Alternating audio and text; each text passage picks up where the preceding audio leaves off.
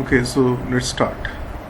So you can see this screen wherein I have shown a table to you, that is of employee and employee salary. So we have two tables here, right? Okay, so before learning about this table, I just want to tell you about the command that we were talking about yesterday. Date वाला एक command था, उसके बारे में मैं थोड़ा समझा देता हूँ, फिर हम आगे इस पे जाएंगे आज. ओके, सो कल हमने एक कमांड डिस्कस किया था. लेट्स सी इसमें कोई डेट फील्ड है या नहीं है. नहीं, इसमें कोई डेट फील्ड नहीं है. सो चलिए इसको बाद में समझाते हैं, पहले मैं आपको कुछ और समझा रहा हूँ. There is a function called date add. Okay, it's an SQL function, and the purpose of this function to add two dates or to add data to a date. Now what is the meaning of adding data to a date? So if I say select date add, here we have to write interval. Interval में मैंने मान लीजिए लिखा year, okay, comma 2, comma I'm not putting date, I am simply saying 2021-5-4. Okay, so as we know, the date format is YY, MM and DD. So you can consider that this is 4th May 2021. So I said select date add year, comma 2, comma this date as next date. So I'm giving this query. So what answer will come? You'll be having a column wherein next date will be the column name, because we have changed the next date as next date. Now what will happen? This is year, so the interval that we are providing is year, so 2 will be added to year, right? So the answer will be 2023-5-4. Similarly, if I say select date add year -2 2021-5-4 as ND लिख रहा हूँ मैं इसको. The answer will be ND 2019-5 and 4. Alright, let's try something more. So when I say select date add month, comma 4, comma 2021-5-4 as XYZ, I am writing some random column name. So this will be XYZ, and what we are doing, we are adding 4 months to it, right? 4 months to it. So month is 5. Okay, अब इसमें अगर हम 4 month जोड़ते हैं तो कितना होगा ये? 2021-9- अब वो 4 आएगा कि 3 आएगा वो देख लेना, और डेट के हिसाब से मेरे ख्याल 4 ही आएगा एग्जैक्टली, क्योंकि मंथ में एग्जैक्ट वैल्यू 4 जुड़ जाएगी. इसी तरह से माइनस करना होगा तो माइनस. सिमिलरली अगर हम डे को चेंज करना चाहते हैं तो हम डे भी चेंज कर सकते हैं. इसमें 3 दिन बाद का डे निकालना है हमको. So select date add day.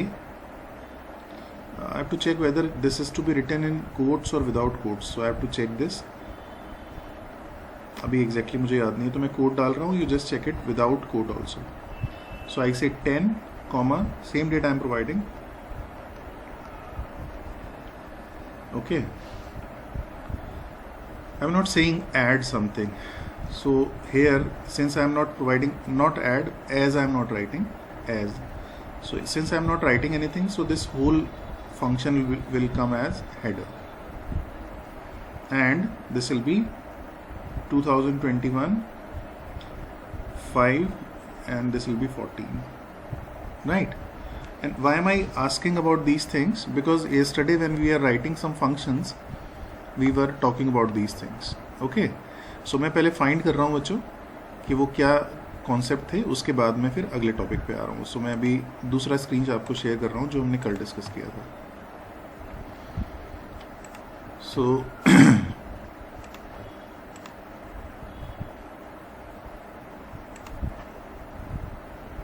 okay, this was the screen.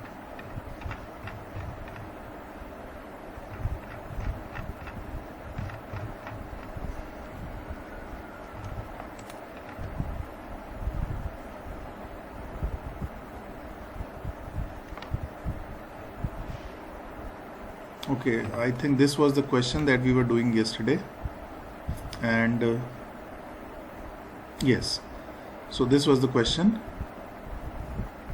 that we have not done, right? Now can anyone tell me the query to do this?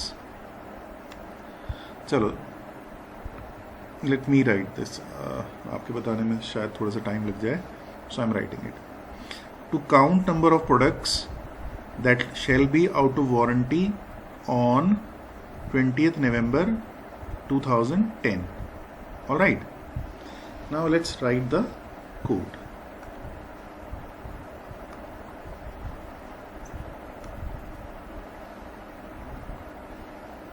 This will be select count star from products. अभी हमें क्या करना है बच्चों? We have to count number of products which shall be out of warranty, जो warranty से बाहर हो जाएंगे 20 नवंबर 2010 को. चलिए हम पहला प्रोडक्ट देखते हैं अपना, जो कि मैन्युफैक्चर कब हुआ है? 2008 में. अब हमें क्या करना है? मैन्युफैक्चरिंग प्लस वारंटी को जोड़ना है ताकि हमें ये पता चल जाए कि वो कब तक वारंटी में है. So will say from product where date add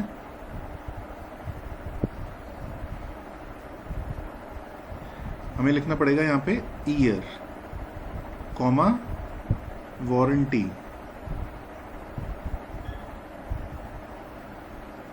comma manufacture. ऐसा क्यों लिखा हमने? अभी एग्जाम्पल में तो हमने ऐसा नहीं लिखा था, तो यहाँ पे हम ऐसा क्यों लिख रहे हैं? एक्चुअली हम लिख वही रहे हैं. ईयर हमारा इंटरवल हुआ, इसके बाद हमारा स्टेप अप होता है या स्टेप डाउन होता है कि भाई हमें एक्चुअली जोड़ना है या नहीं जोड़ना है. तो यहाँ पे हमने वहाँ पर एग्जाम्पल्स में कॉन्स्टेंट्स लिखे थे बिकॉज हमें कॉन्स्टेंट जोड़ना था. यहाँ पे हमें क्या जोड़ना है? वारंटी जो ईयर में दी है हमारी, तो वारंटी लिख दिया हमने, कॉमा जो डेट है जिस डेट में जोड़ना है, तो मैन्युफैक्चरिंग डेट हो गई. तो इस तरह से हमारा एक नया डेट फॉर्मेट बन गया. एक्चुअली ये क्या बना? पहले रिकॉर्ड के लिए बन गया 12 जनवरी 2011, राइट? तो ये वारंटी के अंदर है अभी, क्योंकि नवंबर तक के हमें देखने हैं. ठीक है, जो नवंबर इसमें बोला है that shall be out of warranty. Out of warranty का मतलब क्या होगा? वारंटी से बाहर हो जाएंगे. तो अगर हम इसकी नई डेट फॉर्म करते हैं तो ये बन रही है 12 जनवरी 2011. तो ये तो वारंटी में है यहाँ तक. इसको चेक करते हैं, क्या ये हमारा वारंटी में है अभी? ये भी 2011 जा रहा है, तो ये भी वारंटी में है. इसका देखते हैं, ये बन रहा है 9 अप्रैल 2010 बन रहा है. सो यहाँ पर अगर आप इसको देखेंगे तो ये जो प्रोडक्ट है ये आउट ऑफ वारंटी हो जाएगा. ऑलराइट, तो हमें क्या लिखना पड़ेगा? Where date add is less than, bracket में क्या लिखेंगे? 2010 डैश 11-20 और अब अपनी क्वेरी को हम क्लोज कर देंगे. Select count star from products where date add year warranty manufacture is less than 2010, 11, 20. तो हमारा ये प्रोडक्ट बाहर हो जाएगा, ये वाला बाहर नहीं होगा और ये वाला भी बाहर हो जाएगा हमारा. ठीक है, ये दो प्रोडक्ट्स की लिस्टिंग आ जाएगी. यानी हमारे पास आंसर क्या आ जाएगा, दो प्रोडक्ट जो हैं वो हमारी वारंटी के बाहर हो जाएंगे. चलिए एक और ट्राई करते हैं. To show the product name which are within warranty as on date. हमें उन प्रोडक्ट्स को दिखाना है जो विद इन डेट, आज की जो डेट है उसमें वारंटी के अंदर है. तो क्या लिखेंगे इसके लिए, सिलेक्ट स्टार फ्रॉम प्रोडक्ट्स. एक कमांड बताई थी बच्चों मैंने कल, जिससे हम सिस्टम की डेट निकाल सकते हैं. किसी को याद है? Just right in the chat box. दो कमांड बताई थी इनफैक्ट, तो उसमें दूसरी वाली ज़्यादा मीनिंगफुल. एक तो टाइम स्टैम्पिंग की बताई थी मैंने, और एक और बताई थी. जरा मुझे बताना क्या थी वो command. Do right in the chat box. That was a command that will display. Yes Niranjan, यार share the previous recording. One I have sent, but एक और भी मैं भेज दूंगा आपको. Okay, someone is reminding me what was the command to display the system date. It was get date or something else? Great, it was get date. Okay. So, अब हम यहाँ पर वापस आ जाते हैं. To show the product name which are within warranty as on date. Select star from products where जो product under warranty हैं. तो अंडर वारंटी के लिए हमें वारंटी कब तक है ये निकालनी पड़ेगी. तो फिर से हमें लिखना पड़ेगा date add year comma warranty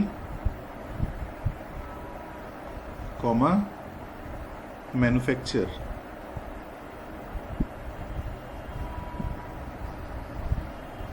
ठीक है, ये हमारी डेट कब तक वारंटी में है ये आ गया. अब बताना है कि कौन से प्रोडक्ट जो है वो विद इन वारंटी हैं. तो अगर वो वारंटी में होंगे बच्चों, तो उनकी वारंटी की वैल्यू आज की डेट से ज़्यादा की होनी चाहिए. जैसे मान लीजिए अभी चल रहा है 2021, अगर कोई प्रोडक्ट 2022 तक वैलिड है तभी वो वारंटी के अंदर है, राइट. तो क्या लिखेंगे, जो उनका डेट ऐड बन रहा है it should be greater than get date. Okay, and will put a semicolon. Alright. So ये सारे प्रोडक्ट आपको दिखाई देंगे जो कि वारंटी से अंदर है अभी. ठीक है, they are within warranty actually. और वारंटी से बाहर है दिखाने के लिए क्या साइन होगा, लेस का साइन लग जाएगा, जैसे कि यहाँ पे लगा था. ठीक है, आप लोगों को क्लियर हो गया होगा ये. इसके बाद हम कुछ क्वेश्चंस करेंगे. चलिए मैं देखता हूँ कुछ आप लोगों के लिए मिलता है तो एक आध क्वेरी आप लोग ट्राई कीजिएगा. उस क्वेरी को बोलने के लिए you can turn on the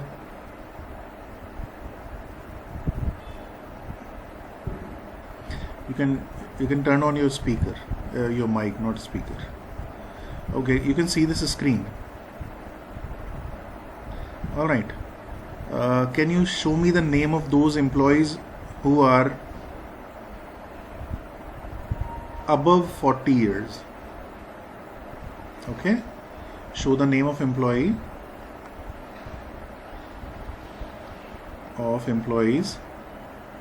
Just form yourself and write and speak. Who are above 40 years age. 40 years of age. You can turn on your speaker and tell me.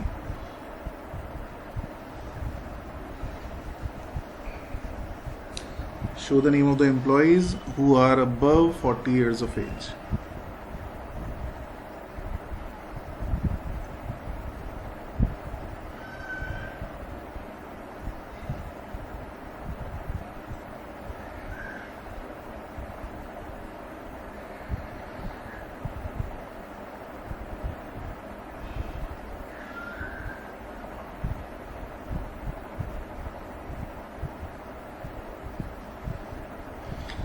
चलो wait करने में मेरे ख्याल से समय ज़्यादा चला जाएगा। एक ये क्वेरी आप मुझे लिखेंगे, इसका एक स्क्रीनशॉट ले लो बच्चों आप लोग, और एक ये लिखना display the name of employees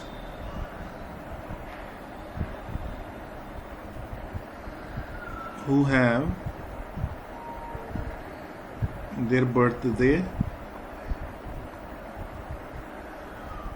today। Okay, उन एम्प्लॉयज़ के नाम दिखाने हैं जिनका आज बर्थडे है। तो ये दो क्वेरीज आप लोग लिख करके मुझे बाद में भेजेंगे। कल भी मैंने आप लोगों से क्वेरी लिखने को कहा था, एक बच्चे ने मेरे पास भेजी थी बस, मेरे ख्याल आदित्य ने, अभी एग्जैक्टली मुझे नाम याद नहीं है किसने भेजी थी, बाकी लोगों ने ज़रूरी नहीं समझा। जो काम आपको दिया जा रहा है बेटा, आप जानते हैं कि मैं बहुत ज़्यादा काम नहीं देता हूँ, फिर भी अगर आप काम जो दिया हुआ है पूरा नहीं करेंगे तो it be very much disheartening. So आप लोग इसको पूरा करें और क्लास के बाद मुझे एक स्क्रीनशॉट भेज दें। ओके, चलिए अपने दूसरे कॉन्सेप्ट पे आ रहे हैं आज हम।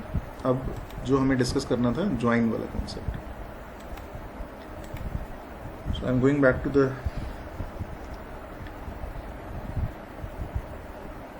other document।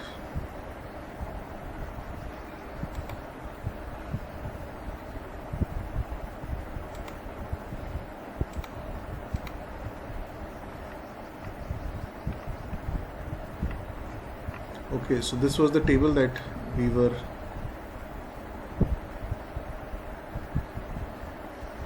needed।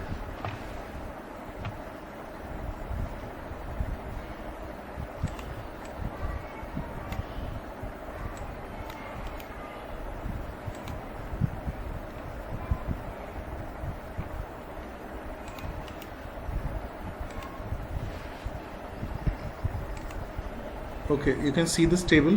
It has employee ID, first name, last name, address and city। Okay, it's 9:45, 10 minute हैं, चलिए हमारे पास। So और एक और टेबल है हमारे पास, employee ID, salary, benefit and designation। Can you tell me the name of primary key in the first field, first table? Employee ID। Great, employee ID। ठीक है। And what about second? It's also employee ID, right? Yes sir। Okay. Is there any common field between these two tables? That is employee ID.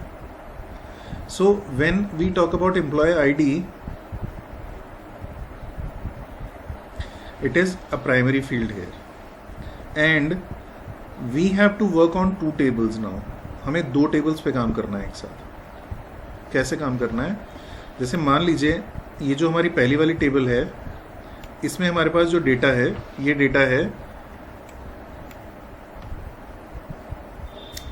employee ID, first name, last name, address and city। So I am writing a simple query in which we have to display the first name of, say, all the employees living in Ghaziabad, right, DGZB।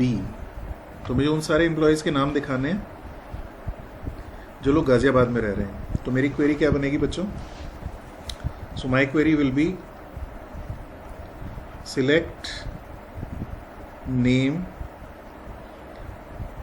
From employee where city equal to ZB।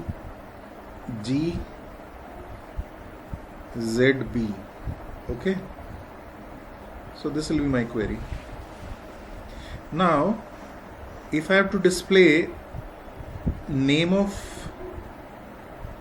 all managers, okay, this is my query। I have to display the name of all the managers।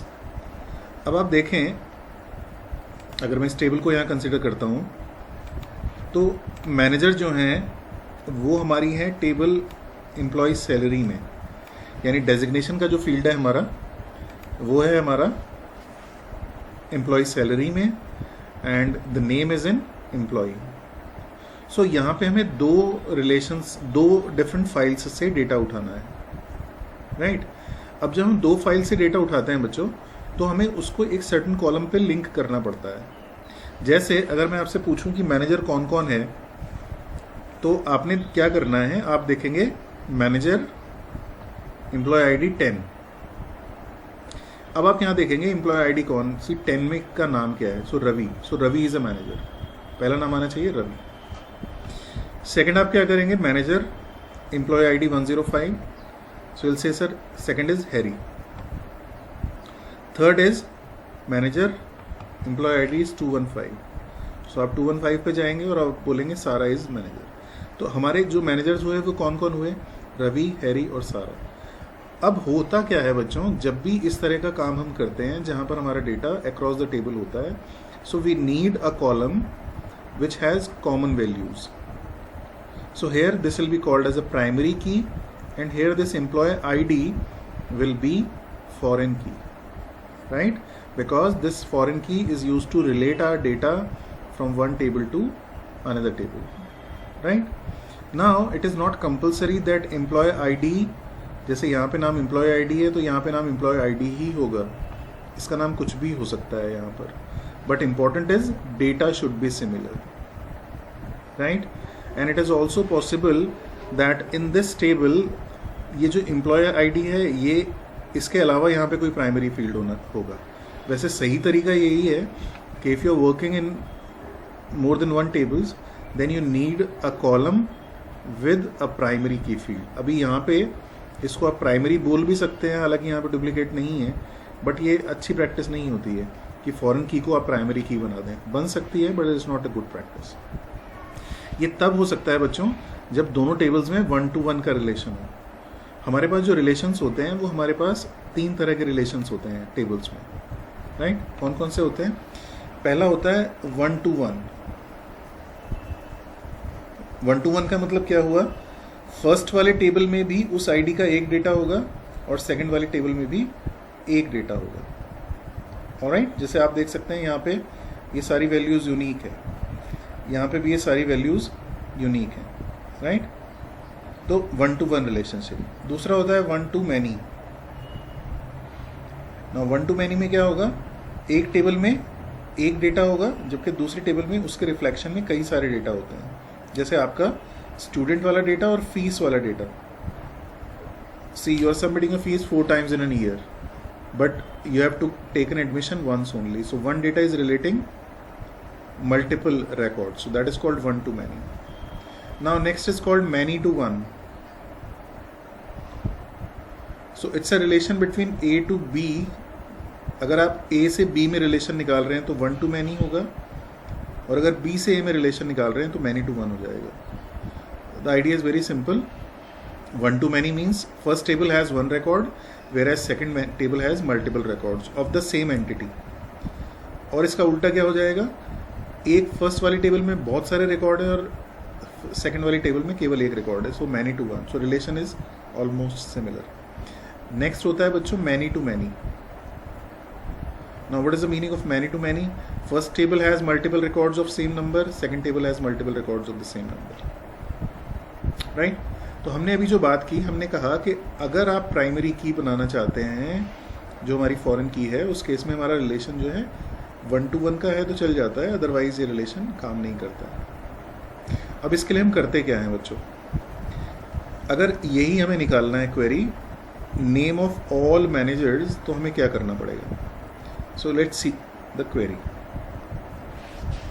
इसके लिए हमें लिखना पड़ेगा, हमें दिखाना है name, so will write select name, और मान लीजिए डेजिग्नेशन के साथ दिखाना है तो डेजिग्नेशन भी लिख देंगे, राइट? फिलहाल मैं बिना डेजिग्नेशन के लिख रहा हूँ, तो मैंने लिखा सिलेक्ट नेम फ्रॉम, कौन से टेबल से उठाना है? एम्प्लॉई से। अब क्योंकि डेटा आपको 2 टेबल से उठाना है बच्चों, तो आप एम्प्लॉय के साथ कॉमा लगा करके इम्प सैलरी भी लिखेंगे, यानी आप दोनों टेबल के नाम लिखेंगे। Select name from employee comma emp salary, emp salary, where, अब यहां पे हम कर रहे हैं रिलेशन को स्टैब्लिश। अब हम लिखेंगे वेयर एम्प्लॉय डॉट EMP-ID। इसका मतलब क्या हुआ कि जहां पर एम्प्लॉय टेबल से EMID is equal to EMP salary dot EMP-ID। हमें कौन सा डेटा उठाना है? जहां पर एम्प्लॉय का एम्प्लॉय आईडी और एम्प्लॉय सैलरी का एम्प्लॉय आईडी मैच कर रहे हैं। और इसी के साथ साथ एक और चीज लिखनी है हमको कि जहां पे डेजिग्नेशन की वैल्यू क्या है? मैनेजर है। ये हमारी क्वेरी बन गई। Select name from employee comma employee salary where employee dot EID employee ID is equal to employee salary dot employee ID and designation is equal to manager। अब मुझे नेम के साथ अगर डेजिग्नेशन भी लगाना होता तो मैं यहाँ कॉमा लगा करके क्या लगा दूंगा? यहाँ पर डेजिग्नेशन, राइट। सो ये हुआ टेबल में रिलेशन स्टैब्लिश करने का तरीका, राइट। इसको आज इतना ही छोड़ देते हैं। मैं वेट कर रहा हूँ, आप लोगों की क्वेरीज अगर हैं तो ठीक है, अदरवाइज